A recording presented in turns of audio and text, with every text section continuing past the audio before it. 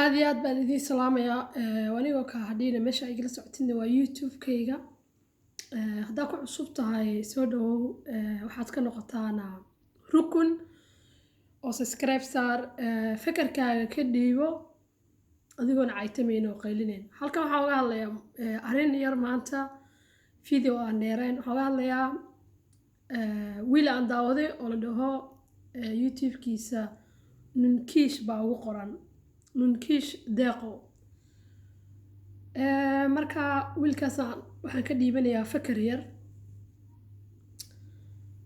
nunkiish oo walaale waan ku salaamayaa marka koowaad aad iyo aad baan ku salaamayaa waxaan ka xumahay oo aad iyo aad uga xumahay dhibaatada kugu dhacday oo aad muddo la noolayd arrinta aad ka sheekaysay waan ka xumahay qof shakhsi ahaan aad bay ii dhibtay way i xanuujisay codkayga baan wax kaga oranayaa iyo fikirkayga marka koowaad waxaad ka soo sheekaysay problem dhibaato ku haysata adiga runtii mid waa tan koowaad oo ah adigu inaad maaragtay tahay qof dadka faraxsan magaca u bixisay ah ama loo yaqaano dadka LGBT-ga inaad dadkaas ka mid tahay waxaad dooratay ma ahan waa dareen adigu aad ku dhalatay oo aad ifka la timid soo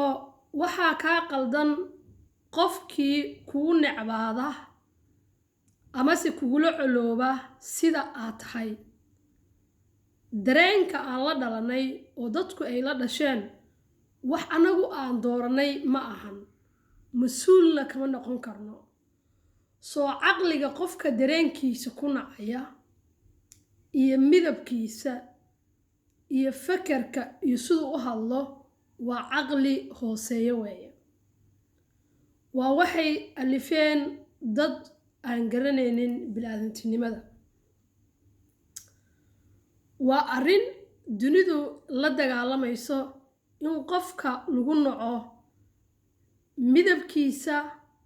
ama in qofka lagu naco dareenkiisa saksiga ah soo waan ka xumahay in lagugu necbaaday dareenkaas saksiga oo aad la nooshahay ama sidaa wax u dareemaysid adigu arrinta hooyada oo aad codka ka duubtay oo aad ka murugootay oo aad ka walwashay wax dhacay weeye wax dhacayna ma soo noqon karaan waxyaabaha dadku sameeyaan aan samayno waxbaan ka baranaa waxaan ku noqonaa arday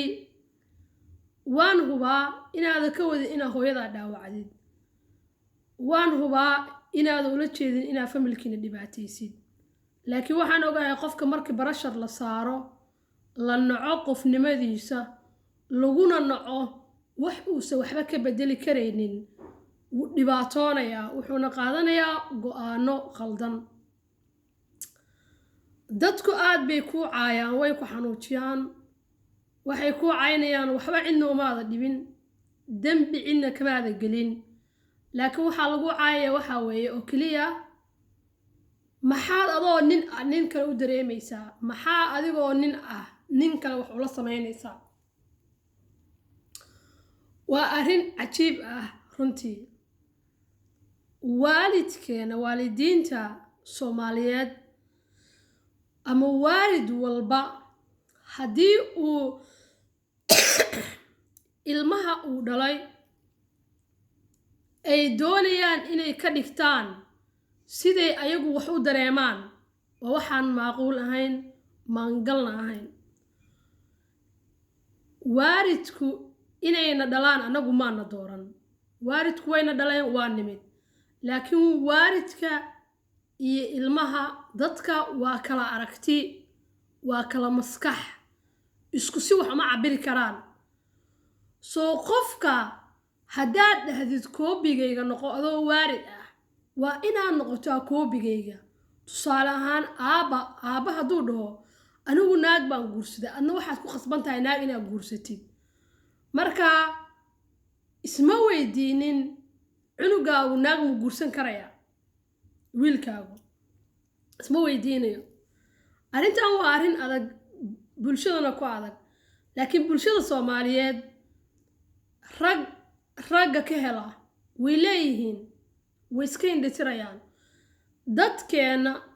noocaas oo nagu jira in la iska indhatiro oo laga dhigo dadaan jirin ama la faquuqo oo la nabcaado maxay soo kordhinaysaa qof kastoo dhasha haddii lagu fakaro oo noocaas in la dilo qof kastoo dhasha oo noocaas haddii lagu fakaro in la faquuqo la takooro nacayb loo muujiyo maxay soo kordhinaysaa faa'iido noocayaan raadinaynaa anagu haddaan ummad nahay qofkaanse ma asagaa doortay inuu sidaan noqdo ma asagaa doorashadaas leh qofku wuxuu dooran karaa siduu u labisanayo haddaan inaan timaha banaystay anigaa doortay waaridkii laakiin waxay jeclaan lahay inay timaha aan qarsado waxay u maleeyaan qurux iyo fiicnaan waxay u maleeyaan inay dambi tahay timaha in la baneeyo aniguna waaridkii waan ka aragti duwanahay waxaan u arkaa timahayga inay dabaysha igu dhacdo qurux inaan banaystano qurux baan u arkaa hadday waaridkii igu nacaan oo dhahaan may timaha haddaadan qarsanin qof xun baa tahay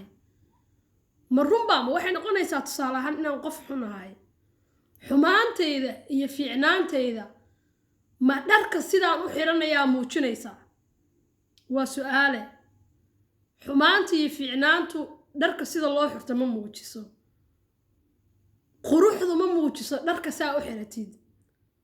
qofku dharka sibuu u xiran karaa adiguna sibaad u xiran kartaa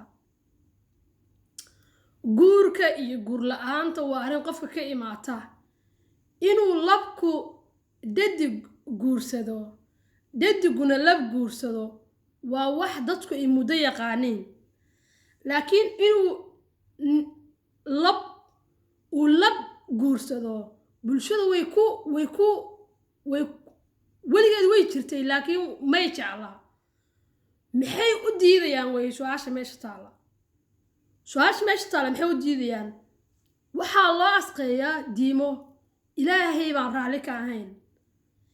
ilaahay waxayuusan raalli ka ahayn dadku inay diidaan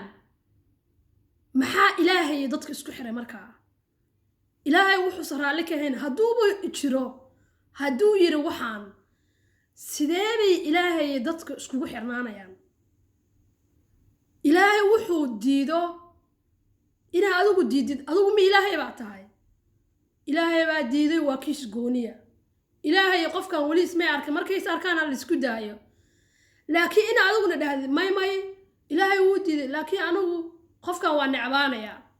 ama tusaale ahaan qofkan waan dilayaa marka waxaad u dilaysaa ilaahay waa u didishinaysaa miya suu ugu sii tago yacni taraantureen hantaataqin miya ma ilaahay waa usii tuuraysaa ma sidaas buu kaa yahay inaa qof ku necbaati waxa uu yahay dadka noocaan baan la hadlayaa anigu mogtahay ku fakeraya dadku inay dad dhaawacaan ama nebcaadaan maxay ka helaan ma raaxay ka helaan ma lacag bay ka helaan ma nafis bay ka helaan inaa qof ku nacdid wax uu yahay seebay suurtagal u noqonaysaa arrintan waan la yaabanahay anigu hooyada iyo aabbaha maxaa jacaylkooda hadday jacaylkoodu noqdo mid xuduud leh mid aad ku kasbanaysid waxay ayagu rabaan hooyo iyo aabbo maahan kuwaas waxaa loo baahan yahay inaa markaa DNA aad iska qaadid waxaa laga yaabaa inay ku korsadeen oo meel kaa soo heleen ayna rabaan inay ku adoonsadaan sababta aan sidaa u leeyahay qofka dhala sidee buu u dhihi karaa sidaa haddaadan samayn kuma jeclaanayo yacni demkareebis nuwan waxaa haddaadan samaynin kuma jeclaanayo sidee bay saas ku noqon kartaa in la dhaho waa waarid jacaylka waalidka wuxuu ku xirnaanayaa inaadan noqon qof qaniisa haddaad noqotid waan ku necbaanayaa tusaale ahaan jacaylka waalidka wuxuu ku xiran yahay inaad aamintid ilaahay iyo rasuulka haddaadan sidaas noqonin waalidku wuu ku nabcaanayaa markaa wuxuu noqonayaa markaa waalid ma aha dadka noocaasa waalid ma ahan waa qofku karsaday waa qofku koriyey oo aan lahayn jacayl qalbi oo aan xuduud lahayn waa aniga siday ila tahay jacaylka waalidku waa inuu ka madax bannaanaadaa in lagaa codsado wax inaad samaysid waxa inaad noqoto inaad ku khasban tahay weliba wax aadan awoodin wax aadan samayn karin inuu waalidku ku khasbo soo waalid ma ahan qofka wuxuu u baahan yahay inuu dhaho oo dadkii dhalay ma ahan dadkii markaa ku dhalay waa inaad raadsataa waxaa ma jiraan dad korsada dad ayna dhalin haa way buuxaan ilmayaal xadaa jira markay dhashaan waalid dhinto oo ilmaha dad kale ay korsadeen baa jira buuxa soo way jiraan adigu ma ogid dadka koriya waxay kuu sheegi karaan inay hooyada aabaha yihiin waa iska rumaysanaysaa laakiin mararka aan ka shakiyo waalidiinta waa mararka waxaasoo kale aan arko waalid aan waxba laga samayn oo ilmihiisa wax ku nacaya waalid adigu aad jeceshahay oo ilmihiisa wax ku nacaya wax suurtagala ma ahan jacaylka anigu aan hooyadii u qabo kuma xirayo hooyada jacaylkeeda inay sidee u eg tahay tolka ay ka soo jeedo qabiilka ay ka soo jeedo wax ay caabudo waxa inaga dhexeeya waa dhalasho okay waalid bay ii tahay waan ixtiraamayaa jacayl baan u hayaa laakiin hore haddaan hooyaday ay dhahdo waxaan kuma jeclaanayo haddaan sidaa samayn waa ereyga Soomaaliya ay samaysaan waa iga dhimata sida haddaada samayn waan ku habaarayaa tusaale ahaan aabba Soomaaliyeed baa wuxuu leeyahay gabadhiisa ayuu wuxuu siinayaa wuxuu leeyahay nin hebel baan ku siiyey gabadhi ayaa ninka diidaysa maadhay waad iga dhimata habaarkaygaan kugu ogaa ninka haddaada yeelay aabbayaasha Soomaaliyeed oo sidaa sameeya sidee bay ku ogyihiin ninkan inuu fiican yahay sidee buu ku ogyihiin gabadhan inuu ninkan qancin karo dareen ahaan jacayl ahaan ilaa guurku ma noqonayo in la isweheshto kaliya wax la isla cuno waxaa la sameeyaa saksi waa la isdugaalsadaa ama wasmo sidii loo yaqaano waa la isku dhawaadaa aabbuhu sidee buu ku ogyahay ninkan inuu gabadhan qancin karo waaba nin kale asagu yahay waa arrin yaab leh inuu aabba gabadhiis ku dhaw hebel haddaada raacin habaarkaygaan kugu ogahay markaa aabbihii wuxuu ka qaadayaa gabadhiisa qofnimadii wuxuu ka dhiganayaa gabar aan dareen lahayn waxba ka hadli karaynin odagu u go'aamiye dareenkiisa waxa uu la rabo waxa uu la jecel yahay arrintaa markaa suurtagal ma ahan waalidku waxa uu kula rabo oo kula jecel yahay inay fiican yihiin macnaheeduna maaha inay wada xun yihiin marmar bay waalidku waxa kuu dooro waxa u aragtaa naftirkaagu inay fiican yihiin markaa haddaad qaadatid waa la garta haddaad dhahdid waxaad ii doortay wax fiican ma ahan mana rabo ninkan tusaale ahaan waalidka hadduu dhaho may anigu waan ku habaaray waa arrin argagax leh waa waalid nooceeya markaa in la isweydiiyo waalidkan ma mudan yahay inaa waalid laga dhigto caruurta ninkiis waxa ku dhacay dad haddaan nahay weligeed dadku waxay la noolaayeen dadka way isla noolaayeen dugaaguna way isla noolaayeen waxaa jirta inay dadku isweheshtaan inay dadka inta isku luuqada oo isfahmaysa way isweheshtaan waxbay isku taraan dadku way isku baahan yihiin inaa qofaha kula luuqad ah dadka aad la kortay oo kuu dhow waalidkaaga walaalaha aad la sheekaysatid ay ku jeclaadaan adiguna aad jeclaatid isxiriiritaan waa caafimaad waalidkuna wuu u baahan yahay ilmuhuna wuu u baahan yahay arrintaa meesha hadday ka baxdo oo xujooyin uu imaado oo ilmahaagii intay xaaladdu isbedesho sidaad moodaysa maahana si kale ay noqdaan waa hooyadii aabihii waxaan la hadlayaaye ilmaha xanuun intee leeg bay ku noolaanaya haddaad tahay waalidka saxda ah oo ilmahan dhalay oodan ilmahan aadan ahayn mid aad soo xaday amase aad korsatay oo dadkiisi dhinteen kama fakaraysid miyaad dhaawaca aad u geysanaysid ilmahaaga hooyo iyo aabe way idii baahan yihiin carruurta aad dhasheen ha ku xirinina jacaylkiina ha ku xirinina wax qofku uusan awoodin jacaylkiinu ha ahaado mid aan shuruud lahayn mid aan wax lagu xirin qofka aad korisay ilmuhuna sidaasoo kale ha ahaadaan jacaylka waalidka iyo ilmaha isku hayaan iyo xiriirka waa arrin aad iyo aad muhiim u ah qofka oo la faquuqo oo la takooro waa xanuun waxaa ka fiican inaad qofka dishid arrinta takoorka ah oo qofka aad u takooraysid muxuu sidaa rabay u noqon waaye ama ilmahaaga ama qof kaloo caadi ah u takooraysid muxuu midabkaa u yeeshay muxuu u madoobaaday ama aad qofka u takooraysid muxuu qabiil hebel u noqday waa nacabaha reerka ah waa arrin xun oo xanuun ah takoorka noocaasa waa arrin halis ah waa arrin dhaawacda maanka iyo maskaxda dhaawaca jirka gaara waa la dhayi karaa waa la dabiibi karaa wuuna bogsoodaa dhaawaca maskaxda iyo maanka gaara qofka lagama daweyn karo waa dhaawac xanuun badan waa aad buu xanuun badan yahay marka takoorka aad qofka u takooraysaan oo u fogeynaysaan waxa uu noqdo waxa uu aaminsan yahay siduu wax u dareemayo waxa uu ka helo balwad for example ahaan wax fiican ma ahan waa wax xun weeye takoorka noocaas inaad qabiilka aan ka soo jeedo dartiis wax qabiil la dhaho ma aaminsani runtii laakiin sida Soomaalidu ay u dhaqmato qabiilka aan ka soo jeedo dartiis in la igu naco ama qof kale qabiilku ka soo jeedo la igu jeclaado waa wax aan fiicnayn weeye ree hebel bay ka dhalatay ama waa ree hebel laguma fiirinayo adigu qofka aad tahay shaqsiga aad tahay waxa aad gudid dunida waxaa la isku qiimeeyaa qofku waxa uu godo qof ahaantiisa wuxuu yahay kaligii laguma qiimeeyo dadka geesaha ka xiga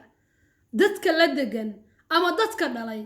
haddaad dembi gashid waa kuu kaligaa adaa lagugu qaadayaa haddaad waxadid adaa lagugu qaadayaa haddaa qof kartila oo bulshada wax ku soo kordhiya adaa helaya ammaanteeda adigaa helaya fiicnaanteeda adigaa lagu guddoonsiinayaa biladaas hooyadaana ma lahan aabbahaana ma lahan maxaa dadkaa la kortana ma lahan gruubkaa ka tirsan tahay ma laha laakiin dhaqankeenna waa lan qofkii wax fiican sameeya waxaa leeyahay oh waa reer hebel waa dad fiican hebel baa ka dhashay reer hebelkan aan maqalnaa abtirsiini ahaan ma ahan dad isla shaqo iyo shuqul iskuma leh maanta qof baa wuxuu ii soo qoray waxa la dhaho tol waa wax la isku tolay tolba ma garanaysaa dharka waa la isku tolaa waa dad la isku qasbay weeye oo qasbanaanayaal ahaa la isku tolay waayo waxay la iskugu tolay inay midoobaan isku dhowaadaan wax isla qaybsadaan dadka kale oo kusoo duulaya iska celiyaan isdukaashadaan markaa waxaa loo bixiyo tol waa tolane waa kala dhaho way isku tolan yihiin dilaaga wax dilay ayaa la caawinayaa oo waxaa laga bixinayaa magta mid kalea wax dilaya asagana kuwaasna magtaa laga bixinayaa waxbay wada qaybsanayaan waa system camal oo kale u dhisan yahay marka laakiin caqliya markii la fiiriyo in qof lagu faquuqo ama qof lagu dhibaateeyo lagu takooro waa wax caqliga iyo iimaanka ka fog dumarkoo kale markaa fiirisid waxaa lagu takooraa dumarnimadooda waa naago caqli ma lahan waa dhadig kala caana galeen caqlimo galo maxaad qaban kartaa naag baa tahee iska aamus naag baa tahe يعني waxaa lagugu takooriyaa genderkaaga qofnimadaada maxaad ka hadlaysaa naag baa tahee ragga ka dhex bax naag baa tahee waa takoor ragga iyo dumarku way isku baahan yihiin dumarka waxaa dhaleen ragga waa dad is dhalay way isku baahan yihiin laakiin qayb baa la takooraa sida looga sadbadsado sida loo liido markaasuu qof Soomaali wuxuu ku leeyahay ilaahay baa dumarka sharfay waa laga yaabaa inuu sharfay laakiin sharafta Allah ka qaaday dee meeshan ma aragno wax kaloo dhibo jira waxa hadalaan ayda ka baxayaan iyo dhibaatada soo adiga maaha Soomaaliga ninka dumarka laftirkooda isdhaa naagaynu nahay aan aamusno haweenku inay waxa sameeyaan maahan ragga kaliya loo daayo qofnimadaadu waa qofnimo dhadig ama lab kuma xirna inaad tahay qof baa tahay bulshada kaalin baad uga jirtaa kaalintaas baa in lagu ixtiraamo aad mudan tahay in lagu soo dhaweeyo aad mudan tahay in wax aad ku qaybsatid aad mudan tahay laakiin saa ma ahan waxaan leeyahay hadda cotokoorku waana wax aad u xun waxaan ka xumahay ninkiish waxa kugu dhacay fiidiyogan adigan kugu talagalay oo ku salaamaya waxaan ku soo gabagabeynaa 3 daqiiqo ugu dambaysa ama arinta inaad nala wadaagtid oo dhibaatada ku haysa aad bulshada u sheegtid waa wax qurux badan waa geesinimo maanan ogaan lahayn waxa inay ku hayaan haddaadan nala wadaagi lahayn waxaad samaysay arin billions qof oo Soomaaliya sameyn weysay waxaad tahay geesi waxaad samaysay qofka tahay baad sheegtay dareenkaaga waxaad dareentid baad dadka la wadaagtay adigu cidna maada dilin cidna maadan caayin mana mudnid in lagu jaa'ifeeyo lagu nabcaado waxaad mudan tahay in lagu soo dhaweeyo waxaa tahay dadnimada ayaana taas ah wuxuu qofku dambiile yahay markuu dadka dilo markuu dadka dhaco markuu dadka dhibaato ku hayo cidna dhibaato kuma haysid just yaad adigu tahay waxaa tahay baa dhahdaa waan ahay waxaan ka xumahay ninka ku abuse oo guriga la joogtid aad baan uga xumahay waxaan ka codsanayaa oo talo kugu siinayaa sidaad uga badbaadi kartid ninka waa inaad samaysaa oo aad uga tigi kartid meesha uu joogo kana dheeraan kartid runtii inaad ku dadaashid waxaad ku hadashaa luqadda Englishka dibtaadana ku gudbi hana ku fakirin markale inaad isdishid laakiin waan dareemayaa xanuunka ku soo wajahay waan ku faraxsanahay inaad istilin oo aad badbaaday laakiin inta Soomaali ku sheegtay waxaad ku sheegtaa luqadda kale waxaa jira hay'ado caawiya dadka adigoo kala ah waxaad u diri kartaa email baad diri kartaa hay'adaha si loola xiriiriyo intaan ka aqaan ayaan kula soo xiriiriyaa situationkaaga iyo qofka tahay baan u sharaxaysaa sida uu heshid noloshan ka duwan xaq u ma lihid in sida lagu cabidsado sidaana lagu dhibaateeyo waxaad xaq u leedahay nololtan ka fiican inaad heshid runtii ragga abuserka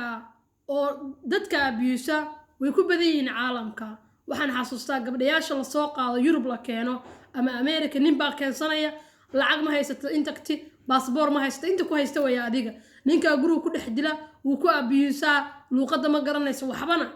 marka muddo dheer bay waxay ku jirtaa abuse-kaas dhibaatada gabadha